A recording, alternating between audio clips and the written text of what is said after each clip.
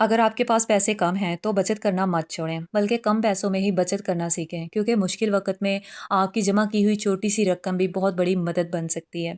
मैंने ज़िंदगी में कभी पैसे जमा करने के बारे में नहीं सोचा था। शादी के बाद भी जब मेरे पास थोड़े बहुत पैसे होते थे, तो जो चीज़ दिल चाहता था ले लेती थी।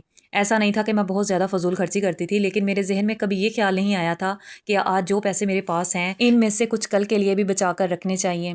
फिर आहिस्ता-आहिस्ता ज़िंदगी बदलती गई, घरदारी बढ़ी, बच्चे हुए, बच्चों के अखराजात बढ़े और एक वक़्त ऐसा भी आया जब मेरे बच्चे किसी छोटी-सी चीज़ के लिए मुझसे पैसे माँगते थे, लेकिन मेरे पास इन्हें देने के लिए पैसे नहीं होते थे। तब मुझे पहली बार एहसास हुआ कि सिर्फ़ पैसे होना ज़रूरी नहीं, पैसों को सँभालना और बचाना भी इतना ही ज़रूरी है। मेरी अम्मी मुझे कहती थी, मेरी सास भी मुझे कहती थी, मेरी दादी, नानी भी समझाती थी कि बेटी कुछ पैसे जोड़ कर रखो। लेकिन उस वक़्त मैं सोचती थी कि आखिर हमारी माँओं, नानियों, दादियों ने पैसे जोड़कर क्या ही कर लिया होगा। लेकिन खुद ज़िंदगी में आगे बढ़ी, घर और बच्चों की ज़िम्मेदारियाँ समझ में आईं, तब एहसास हुआ कि हमारी बड़ी-बूढ़ी औरतें हमसे कहीं ज़्यादा समझदार थीं। वो सिर्फ़ पैसे नहीं जोड़ती थीं, वो अपने आने वाले कल को महफ़ूज़ कर रही थीं। फिर मैंने भी सोचा कि चाहे मेरे पास बहुत ज़्यादा पैसे नहीं हैं, लेकिन जितने भी हैं, इनमें से थोड़े पैसे ज़रूर बचाऊँगी। मैंने एक छोटा-सा डब्बा ले लिया और इसमें पैसे जमा करने शुरू कर दिए। कभी ₹10, कभी ₹20, कभी ₹50 और कभी-कभी अगर ₹100 मिल जाता, तो वो भी इसमें डाल देती। रकम छोटी थी, लेकिन मेरी आदत बड़ी होती जा रही थी। मैंने कभी ये नहीं सोचा था कि आज सिर्फ़ ₹10 बचे हैं, इनसे क्या होगा? क्योंकि मुझे समझ में आ चुकी थी कि आज के ₹10 छोटे हैं, लेकिन रोज़ के ₹10 जमा होते रहे, तो एक दिन यही बड़ी रकम बन सकती है।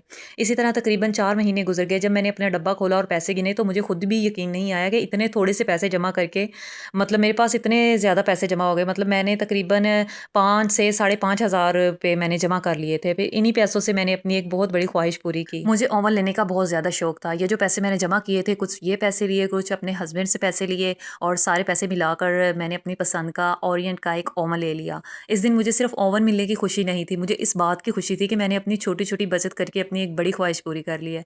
और यकीन माने इसी दिन मुझे बचत की असल ताकत समझ आई। फिर मैं दोबारा से पैसे जमा करने शुरू कर दिए, क्योंकि मुझे मालूम था कि ज़िंदगी में हर चीज़ पहले से बताकर नहीं आती। कभी बच्चों को अचानक किसी चीज़ की ज़रूरत पड़ सकती है, कभी घर में कोई ज़रूरी सामान ख़राब हो सकता है, कभी किसी की शादी में जाना पड़ सकता है और कभी-कभी हमें खुद किसी ऐसी चीज़ की ज़रूरत पड़ सकती है जिसके लिए फ़ौरन पैसे चाहिए होते हैं।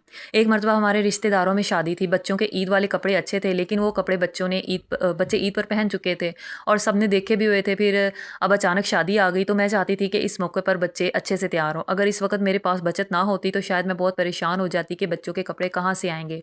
लेकिन मैंने जो थोड़े-थोड़े पैसे बचा कर रखे हुए थे, इन्हीं में से बच्चों के लिए एक-एक प्यारा-सा सूट लिया और इसके साथ इनके लिए जूते लिए और शादी के लिए इन्हें अच्छे से तैयार कर दिया। इस वक़्त मुझे दोबारा एहसास हुआ कि बचत सिर्फ़ पैसे जमा करने का नाम नहीं, बचत दरअसल मुश्किल वक़्त में अपने ही काम आने की तैयारी है। इसलिए आज मैं अपने जैसी बहन को बस यही कहना चाहती हूँ कि आप ये मत देखें कि आपके पास कितने पैसे हैं। अगर रोज़ सिर्फ़ ₹5 भी बच सकते हैं, तो ये ₹5 बचाएँ। ₹10 बच सकते हैं, तो ₹10 बचाएँ। 20, 50 या ₹100 बच सकते हैं, तो इन्हें भी अलग रख दें। रकम छोटी है तो कोई बात नहीं, लेकिन बचत की आदत छोटी नहीं होनी चाहिए। यही छोटी-छोटी बचत करके हम अपने बड़े-बड़े ख्वाब पूरी कर सकती हैं।